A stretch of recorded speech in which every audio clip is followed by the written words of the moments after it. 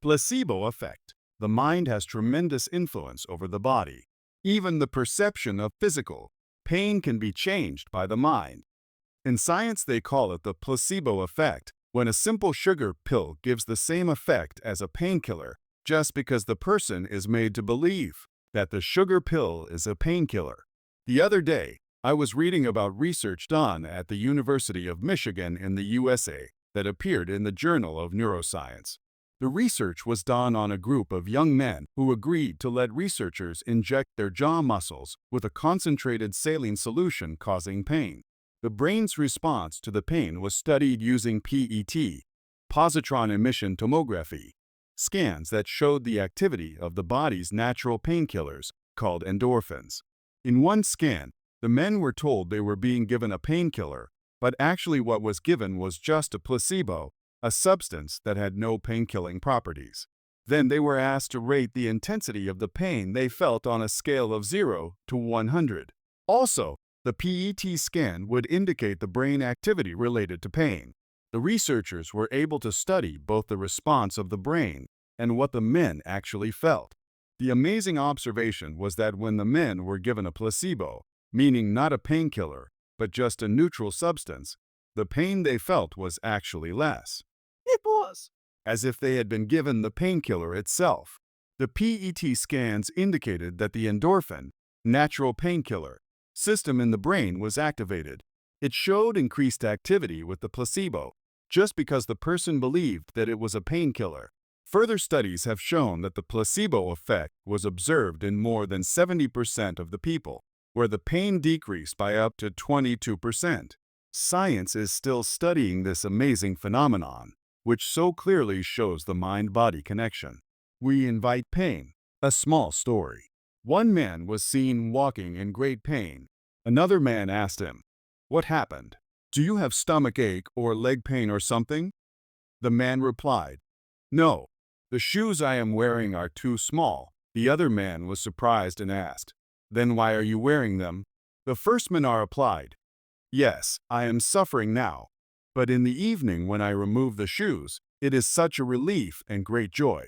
You don't know how enjoyable it is to feel the relief when I remove them." This may look silly, but if we look into our lives, we are also doing exactly the same thing. We invite pain upon ourselves.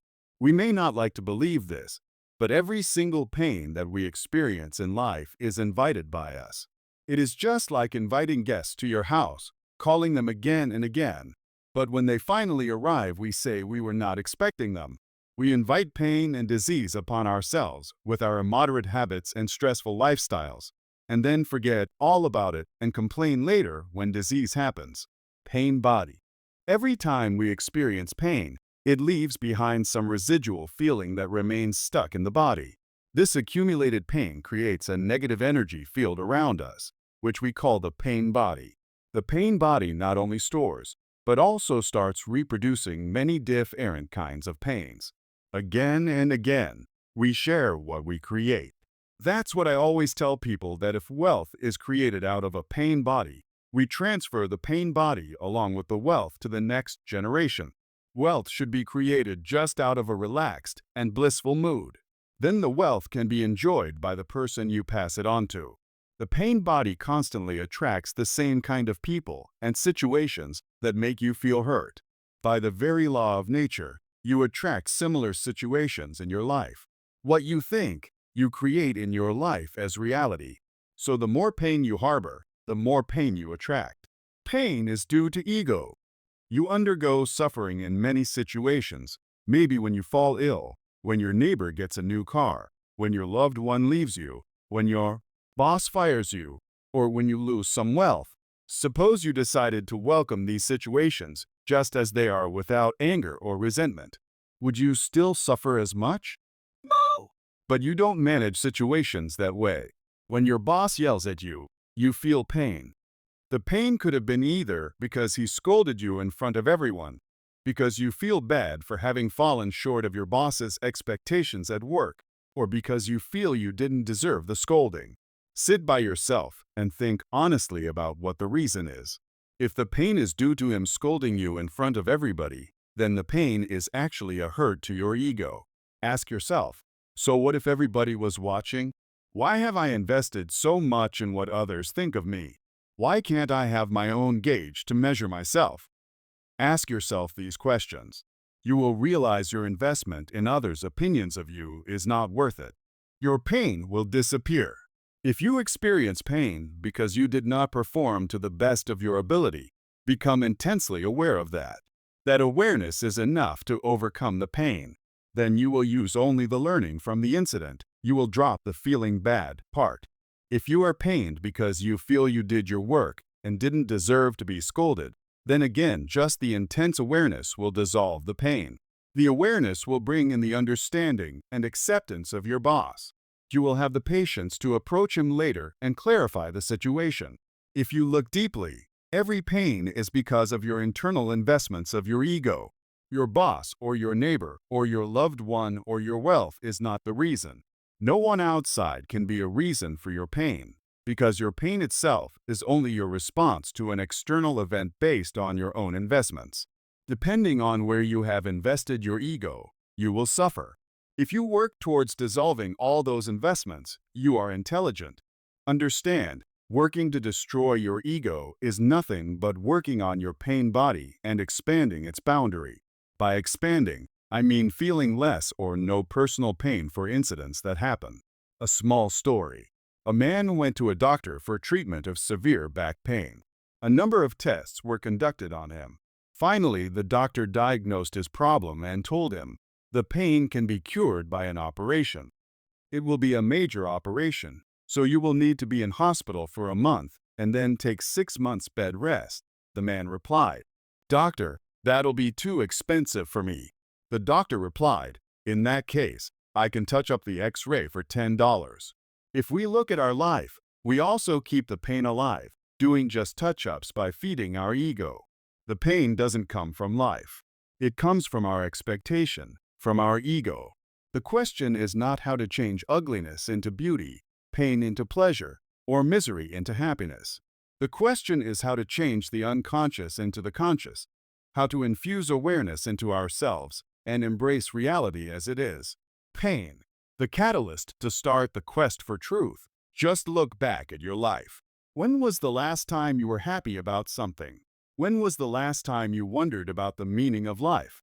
Did you look inwards to see who you are or what life is all about? Did you feel the need to deeply know about the ultimate truth? No. When things go smoothly, you just blindly follow the same routine with barely any awareness or consciousness. There is nothing to jolt you into awareness from your routine, and you continue without any awareness. But when pain happens, it makes you look at life objectively. It forces you to look deeper into life, to learn why you react the way you react, and seek to uncover the real mystery of life.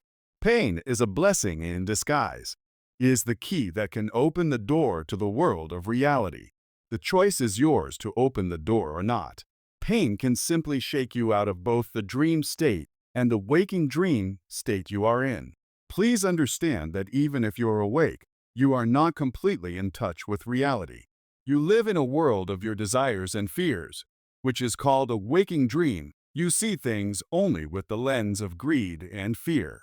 Pain can be a great teacher that simply jolts you out of the dream and puts you in touch with reality as it is. With pain, your usual thought patterns are shattered, and you begin to see things as they actually are. You begin to recognize a subtle distance between you and the pain. You see that it is not something that is a part of your nature. Stepping stones of pain and suffering. Never curse the pain or the person who is inflicting the pain on you. Instead, take the opportunity to use it as a blessing, to go in, watch objectively, and cut the root of the pain.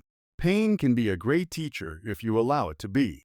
If in one instance you properly research the cause and effect of pain within you, it can turn out to be the biggest turning point in your life.